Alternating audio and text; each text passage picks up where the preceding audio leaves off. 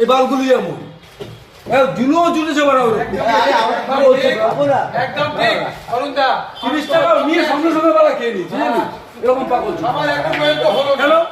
বিবেক থাকা উচিত যে আমরা সবাই আছি যখন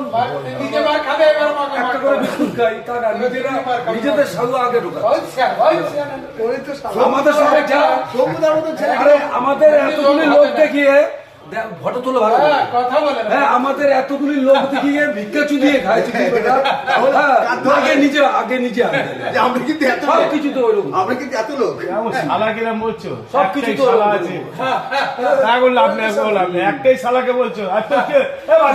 কি আরামে এখন আরামে 10টা রুটি এনে এখন এবার হান দিয়ে দেবে লাউরা